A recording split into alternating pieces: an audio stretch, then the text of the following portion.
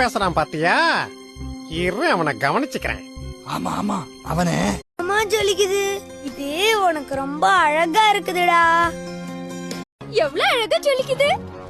எனக்கு இது ரொம்ப அழகா இருக்குல்ல.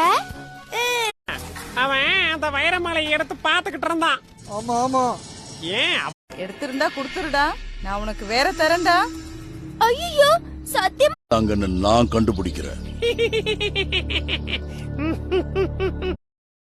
குழந்தைகளா, நான் அந்த அறையில ஒரு மாய கண்ணாடி பந்த வச்சிருக்கேன்.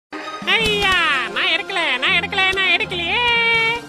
யாருமே ஆமா, உன் கை ரொம்ப சுத்தமா இருக்கு. ஏய், இங்க வா. நீ அவன் கூட சேர்ந்துகிட்டு ஓ அதுவா ராணி?